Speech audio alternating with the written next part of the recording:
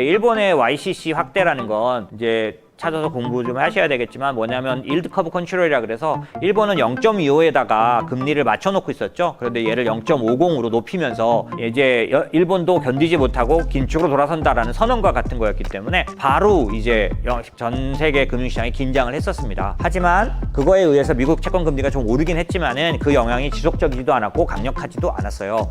그리고 달러에 대한 끼친 영향도 그렇게 강력하지는 않았습니다. 다만 오히려 그때 마침 그 앞에 그날 당일날 그 전날에 그 유로존, 그러니까 유럽의 EU의 경제정책이 변화된, 그러니까 통화정책이 변화된 것들이 더 영향이 컸고요. 그 다음에 중국의 위안화가 이제 움직이는 흐름이 더 컸다라고 봐야죠. FOMC가 발표된 날 어땠냐면, 시장은 어땠냐면 니들이 그렇게 말해도 난 안 믿어, 그렇게 말하면서 실제로 터미널 레이트를 확 내려버렸어요. 거꾸로 5.25가 아니라 5.0으로 심지어는 더 밑으로 더 터미널 레이트를 내린 듯이 거래됐다가 최근 들어서 다 기어 올라왔죠. 이게 YCC 때문만은 아니지만 유로존, 그 다음에 중국, 그 다음에 일본의 YCC가 다 합쳐서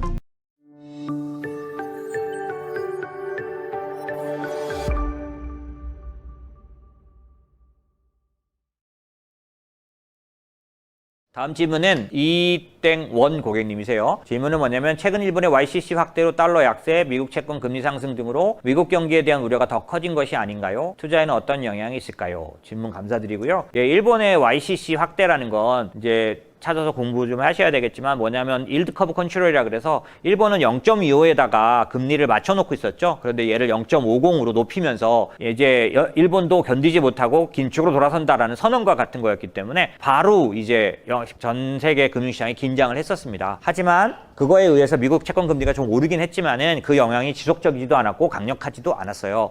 그리고 달러에 대한 끼친 영향도 그렇게 강력하지는 않았습니다. 다만 오히려 그때 마침 그 앞에 그날 당일날 그 전날에 그 유로존, 그러니까 유럽의 EU의 경제정책이 변화된, 그러니까 통화정책이 변화된 것들이 더 영향이 컸고요. 그 다음에 중국의 위안화가 이제 움직이는 흐름이 더 컸다라고 봐야죠. 그러니까 최근에 달러 인덱스가 고점에서 계속해서 내려와서 한 달 동안 내내 하락했어요. 지금 내려와서 103 갔다가 이제 104에 있지만은 사실은 고점에서부터는 상당히 한 달 내내 하락한 것 같아요. 이 하락이 일본의 YCC가 그때 나오지도 않았지만 요런 영향보다는 이미 유로존과 그 다음에 중국의 영향이 더 컸다라고 볼 수가 있겠죠. 일반적으로는 EU의 그 강경한 통화정책 발표가 가장 달러에 영향을 줬고, 그 다음에 미국 금리가 올라가는 부분들 같은 경우는 GDP 성장률 같은 게 발표되면서 올라간 거가 영향이 더 컸기 때문에 똑같이 그냥 같이 나타나긴 했지만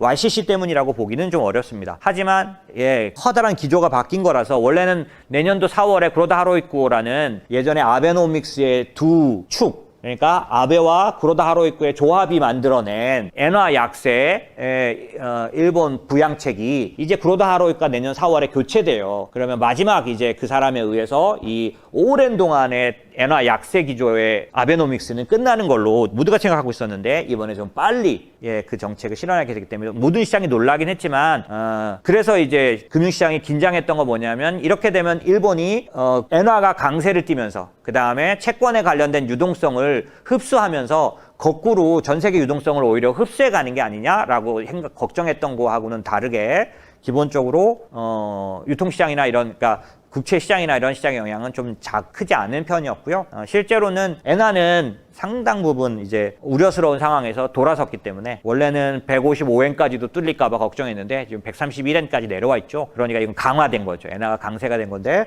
여러 가지 면에서 금융시장에 영향을 끼치긴 했지만 그렇게 걱정스러운 정도는 아니고요.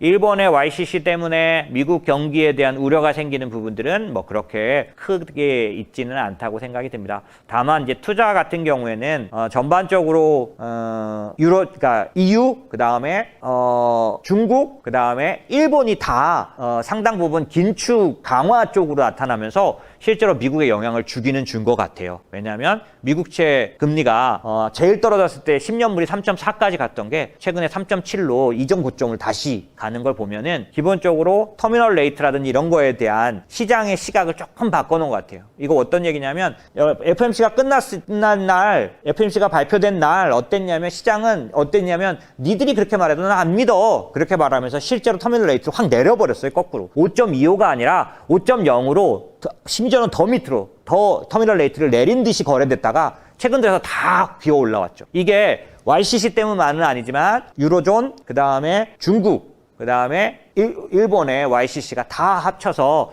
전체적으로 미국보다 강한 긴축을 나타내면서 미국 금리의 상승을 가져왔다라고 볼 수는 있을 것 같습니다. 이게 미국 경기에 대한 우려로 가는 거는 뭐 그렇게까지 심각하지는 않다라고 보는 게 좋겠고요. 투자에 대한 영향은 아까 말씀드린 것처럼 그런 면에서 미국채의 밴드를 기존의 위에 있었다가 이번 지나간 한 달 반 정도는 굉장히 강력하게 내려왔었는데 다시 또 조금 올라가면서 약간 아직 자리를 잡지는 못했고 그렇다고 해서 고점을 뚫을 것 같지는 않고 그런 정도 금리 예측을 하면 될 것 같습니다.